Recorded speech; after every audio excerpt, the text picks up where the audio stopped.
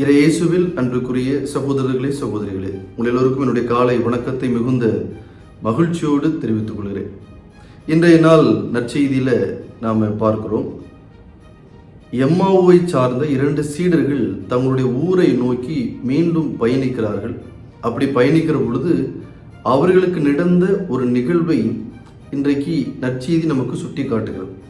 இந்த நிகழ்வு கொஞ்சம் ஆழமாக நம்ம பார்ப்போம் என்றால் அற்புதமான காரியங்கள் இந்த நிகழ்வுக்குள்ள ஒளிந்திருக்கிறது. ஸோ இந்த 2 பேரும் எப்படிப்பட்டவங்க அப்படின்னா, இயேசுவை பின்பற்றியவர்கள், இயேசுவோடு கூட நடந்தவங்க, இயேசுனுடைய சீடர்களாக அவர்கள் இருக்கிறார்கள். ஆனால் இயேசு இறக்கிற அந்த நிகழ்வுக்கு பிறகு ஒரு வகையான தளர்ச்சி அவங்க உள்ளத்தில் ஏற்படுகிறது. எனவே தன்னுடைய ஊரை நோக்கி அவர்கள் திரும்பி போகக்கூடிய ஒரு சூழல். அப்படி திரும்ப இவர்கள் போய் கொண்டிருக்கிற பொழுது இயேசு அவர்களை சந்திக்கிறார். அப்படி சந்திக்கிற பொழுது கூட இயேசுவை அவர்களால் கண்டுகொள்ள முடியலை. இயேசு பேசுகிறார். பேசுகிற பொழுதும் கூட அவர்களால் கண்டுகொள்ள முடியலை. நிறைய மறைநூல்களில் இருந்து இறை வார்த்தைகளை அவர்களோடு பகிர்ந்து கொள்கிறார். அந்த நேரத்திலும் இயேசுவை கண்டுகொள்ள முடியவில்லை. அவங்க உலக தாக்கத்தினால், உலகத்திலிருந்து அவர்களுக்கு வந்த ப்ரெஷர்னால அவர்கள் பாதிக்கப்பட்டதனால் எந்த ஒரு உணர்வுமே இல்லாமல் பேசுகிறாங்க. இயேசுவை குறித்து அது குறித்து வருத்தப்படுறாங்க.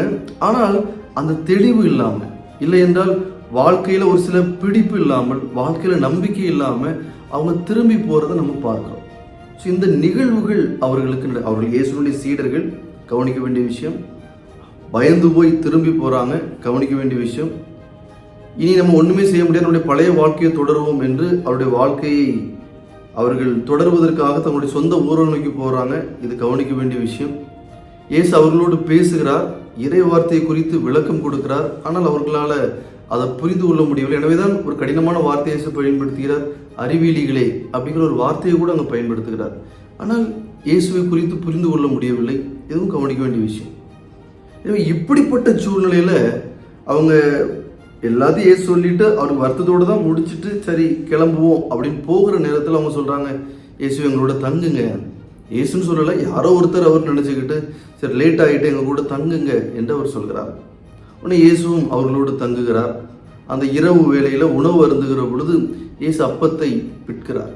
ஸோ இந்த இயேசு அப்பத்தை பிட்கிறார் அப்படிங்கிற அந்த நிகழ்வை நான் திருப்பலிக்கு ஒப்பிட்டு பார்க்கிறேன் மக்களே. இதுதான் திருப்பலி. ரொம்ப அழகான ஒரு விஷயத்தை இன்னைக்கு ஆண்டவர் நமக்கு வெளிப்படுத்துவதாக நான் பார்க்கிறேன்.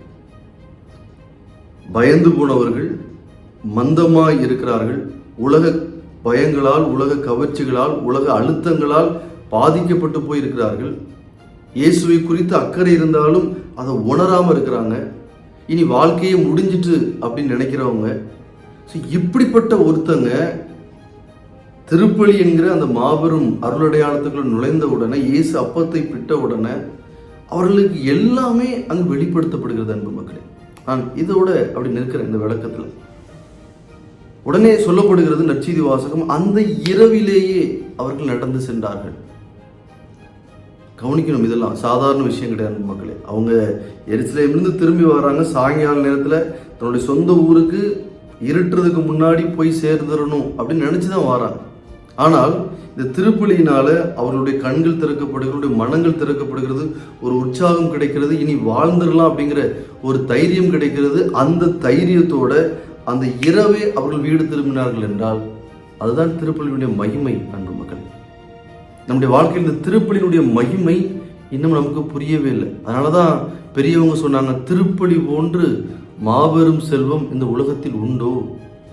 அதனாலதான் அந்த காலத்துல திருப்பலி என்பதை நமக்கு விடியற் காலையில வச்சு அந்த நாளை ஆரம்பிக்கணுங்கிறதுக்காக தாய் திருச்சபை நம்மை பழக்கப்படுத்தி இருக்கிறது. இன்னைக்கு சாயங்கால திருப்பலி, மத்தியான திருப்பலிலாம் வந்துட்டு நான் அதுக்குள்ள போகலை. ஆனால் இந்த காலை திருப்பலி என்பது என்ன அப்படின்னா, நேற்று முழுவதும் நீங்க உழைச்சி களைத்து போயிருப்பீங்க, நம்பிக்கை இழந்து போயிருப்பீங்க, ரைட்? வாழ்க்கை நம்மளை நெருக்கி போயிருக்கும், பல விஷயங்களை உணர முடியாம நம்ம உட்கார்ந்துட்டு இருப்போம். எனவே அப்படிப்பட்ட நமக்கு காலையில எழும்பின உடனே ஒரு திருப்பலி பார்த்துட்டு அந்த நாளை ஆரம்பிக்கிற பொழுது எப்படி எம்மாவூஸ் சீடர்களுக்கு ஒரு நம்பிக்கை பிறந்ததோ, எப்படி எம்மாவூஸ் சீடர்களுக்கு ஒரு தெளிவு பிறந்ததோ, எப்படி எம்மாவூஸ் சீடர்களுக்கு ஒரு உணர்வு வந்ததோ, இயேசுவை குறித்து இயேசு என் கூட தான் இருக்கிறார் என்பதை பார்க்கக்கூடிய அந்த மனநிலை வந்ததோ, அந்த மனநிலையை இந்த திருப்பலி நமக்கு ஒவ்வொரு நாளும் தருகிறது. அன்பு மக்கள், இயேசு உங்க கூட தான் இருக்கிறாங்க, நம்பிக்கையோடு இருக்க என்கிற செய்தியை தருகிறது. இந்த திருப்பலி என்பது சோர்ந்து போன உள்ளங்களுக்கு ஒரு தைரியத்தை தருகிறது. நீங்க கவலையில் இருக்கிறீங்களா, அந்த கவலை எல்லாத்தையும் தூக்கி எறிஞ்சிட்டு நீங்களால வாழ முடியும் அப்படிங்கிற ஒரு ஆழமான நம்பிக்கையை இந்த திருப்பலி தருகிறது. ஒரு உணர்வு பூர்வமான, இது கடவுள் தந்த அற்புதமான வாழ்க்கை. இந்த வாழ்க்கையை நம்ம நன்றாக வாழணும், இயேசு என்ன சொல்கிறார் என்பதை புரிந்து வாழக்கூடிய அந்த ஆழமான அழுத்தத்தையும் இந்த திருப்பலி நமக்கு தருகிறது அன்பு மக்களே. எனவேதான் காலையிலே திருப்பலி பார்த்துட்டு அந்த நாளை ஆரம்பிக்கிற பொழுது அந்த நாள் நமக்கு மகிழ்ச்சியான, உற்சாகமான, நம்பிக்கை நாளாக நமக்கு அமைகிறது. இதை நானும் அனுபவிச்சிருப்பேன், உங்களில் பல பேரும் வாழ்க்கையில் அனுபவிச்சிருப்பீங்க. ஆனாலும் இந்த திருப்பலியை பல நேரங்களில் நம்ம ஸ்கிப் பண்ணுறோம் அன்பு மக்கள். கொஞ்சம் ஆழமாக யோசித்து பாருங்களேன். நம்மளுடைய வாழ்க்கையில் தூக்கத்தை ஸ்கிப் பண்ண மாட்டேங்கிறோம், நம்முடைய வாழ்க்கையில் படிப்பை ஸ்கிப் பண்ண மாட்டேங்கிறோம், நம்முடைய வாழ்க்கையில் உழைப்பை ஸ்கிப் பண்ணுறதில்ல, நம்முடைய வாழ்க்கையில் ஒரு முக்கியமான ஊருக்கு போகணும் அப்படின்னா அந்த ஊருக்கு போகிற நிகழ்வு நம்ம ஸ்கிப் பண்ணுறதில்ல. ஆனால் திருப்பலியை ரொம்ப எளிதாக ஸ்கிப் பண்ணிடுறோம், வேண்டாம். இந்த மனநிலை ரொம்ப ஒரு தவறான மனநிலை அன்பு மக்கள். இன்னைக்கு ஆண்டவர் சொல்லக்கூடிய விஷயம், இந்த திருப்பலி என்பது உங்கள் வாழ்க்கையை புரட்டி போடக்கூடிய ஒரு அழகான ஒரு காரியம். திருப்பலி என்பது உங்கள் வாழ்க்கையை அப்படியே மாற்றக்கூடிய, வலுவூட்டக்கூடிய ஒரு அற்புதமான சக்தி நிறைந்த ஒரு செயல்பாடு அன்பு மக்களே. ஏன்னா அதில் இறைவார்த்தை இருக்கிறது, அந்த திருப்பலியில் பாவம் மன்னிப்பு பெறக்கூடிய அந்த அருளடையாளம் இருக்கிறது, அந்த திருப்பலியில் நற்கருணை என்கிற அந்த இயேசுடைய உடலை பெற்று உண்ணக்கூடிய அந்த மாபெரும் பாக்கியம் இருக்கிறது. நம்ம எல்லாரும் கூடி நின்று ஆண்டவரை நோக்கி ஜெபிப்பதற்கான ஒரு அழகான இடமாக அந்த திருப்பலி நமக்கு இருக்கிறது. எனவே இவ்வளவு நன்மை நிறைந்த திருப்பலியை ஒரு அரை மணி நேரம் ஒவ்வொரு நாளும் காலையில் நீங்கள் ஒதுக்குவீங்க அப்படின்னா இந்த திருப்பலி மூலமாக ஆற்றலை பெற்று, சக்தியை பெற்று, உறுதியை பெற்று, நம்பிக்கையை பெற்று உங்கள் வாழ்க்கையை உங்களால் ஆரம்பிக்க முடியுமா மக்கள்? இப்படிப்பட்ட திருப்பலியை உங்கள் வாழ்க்கையில் ஒரு நாள் மிஸ் பண்ணிடாது. இப்படிப்பட்ட திருப்பலியை தான் இன்றைக்கு எம்மாவு சீடர்கள் பங்கெடுத்தார்கள். பயந்து போனவர்கள் மன உறுதியோடு திரும்புகிறாங்க. எல்லாம் முடிந்து விட்டது என்று நினைத்தவர்கள் வாழ்க்கையில் இல்லை, எதுவும் முடியல, இயேசு எங்களோடு இருக்கிறார், எங்களால் வாழ முடியும் என்று மறுபடியும் திரும்புகிறாங்க. ஸோ பாதுகாப்பாக நம்ம இரவுக்குள்ளே ஒரு இடத்துக்கு போய் சேர்ந்துடணும்னு நினைக்கிறவங்க இந்த திருப்பலி அட்டன் பண்ணதுக்கு பிறகு தைரியமாக அந்த இரவு நேரத்திலே திரும்பி போகிறாங்க.